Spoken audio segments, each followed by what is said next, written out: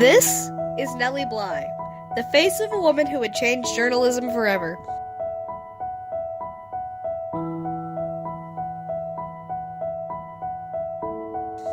On May 8th, 1864, Elizabeth Cochran Seaman was born. In 1885, Elizabeth read a newspaper article called "What Girls Are Good For." It argued that working women were immoral. Elizabeth wrote an anonymous letter to the paper, vigorously arguing that women could help support a family in need. Elizabeth started to write and was hired for the newspaper company she wrote to and chose the pen name Nellie Bly. Eventually, Nellie got a job at the New York World. And now Nellie's first assignment was to get committed to the asylum on Blackwell's Island, called Roosevelt Island.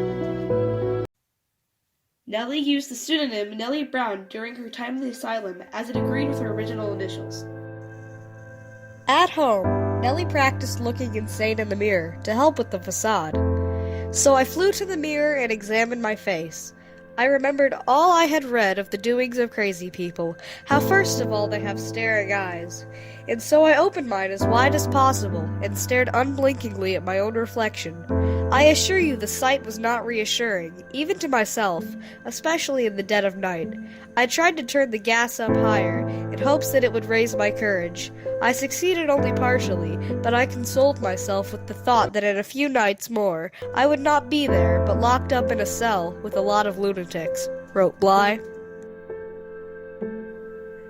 Bly decided that she should go to a temporary home for women to pretend to be crazy because she knew that the cops would surely be called. And the cops were called.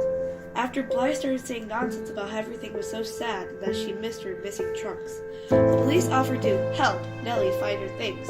Miss Standard, the leader of the home, talked to the police about Nellie's strange behavior. Nellie pretended to not know where she came from and kept insisting that she only wanted to find her trunks.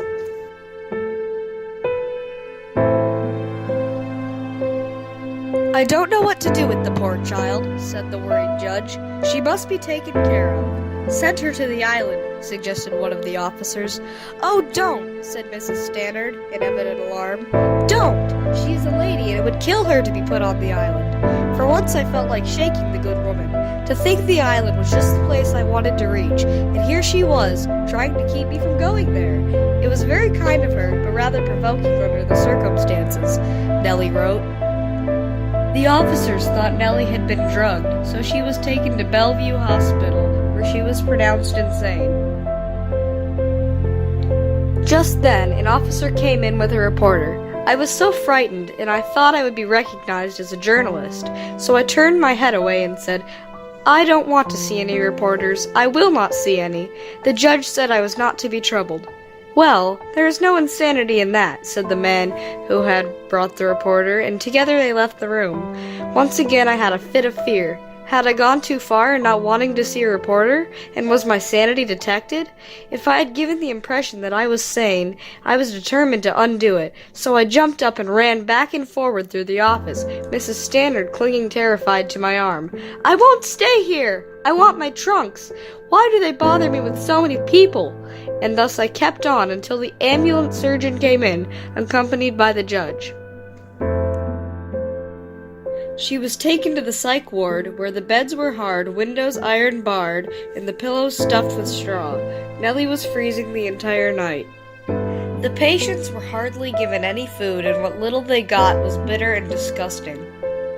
The next morning, Nellie was taken to Blackwell's Island Asylum by boat. A woman who went with her, named Louise Schanz, could only talk in German. When nobody knew how to speak German, Mrs. Schanz was pronounced insane. Nellie was interviewed by a doctor whose nurse didn't even know how to measure height or weight. Nellie was taken to a bathroom where she was told to undress. She was put into a freezing cold bath. Nellie was washed. Buckets of cold water were poured over her.